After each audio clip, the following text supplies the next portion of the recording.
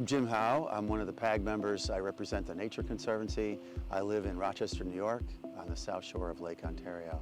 And we've just spent the last 2 days as the PAG, the Public Advisory Group, learning about each other, learning about this incredible resource that we all share, the St. Lawrence River and Lake Ontario, and thinking about how we might manage it going forward. A lot is changing here. Climate change is really bringing new extremes to the system.